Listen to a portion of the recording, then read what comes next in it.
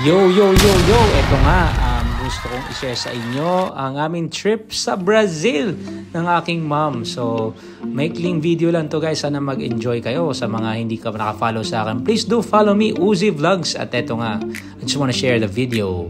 At ito, we are actually here going sa Sugarloaf. Yan, this is the way to Sugarloaf. So, yan, nakita ko si Mommy.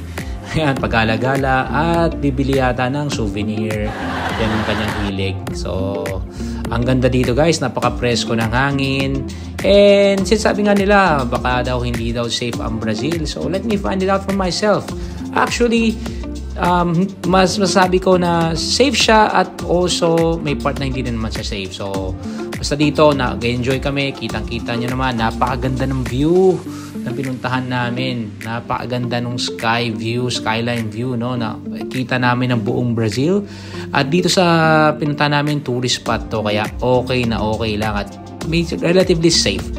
Tapos ito nga, paakit na nga kami sa part ng Sugarloaf. Actually, may magandang video pa ako na nandyan pero hindi ko masyadong nakunan. Kaya yun na lang.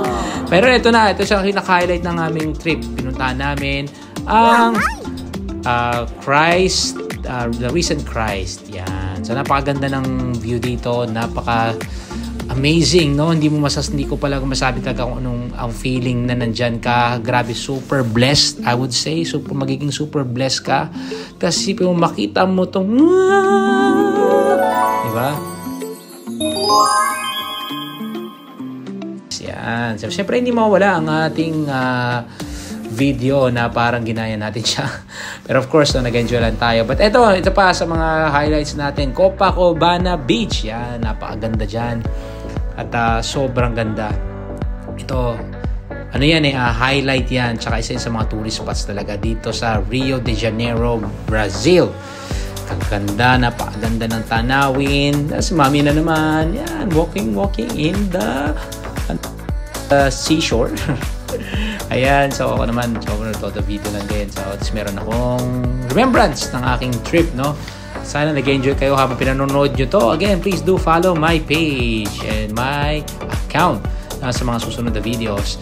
At ito, yan yung beach itself. Ito, malupit dito sa beach na to, hindi ka makakalangoy. Tingnan mo yung dalawa na yan, hindi sila makalangoy na maayos hanggang sa gusto lang lumabas. Napakalakas ng alon. It's good for waves pero hindi siya pwedeng pang swimming.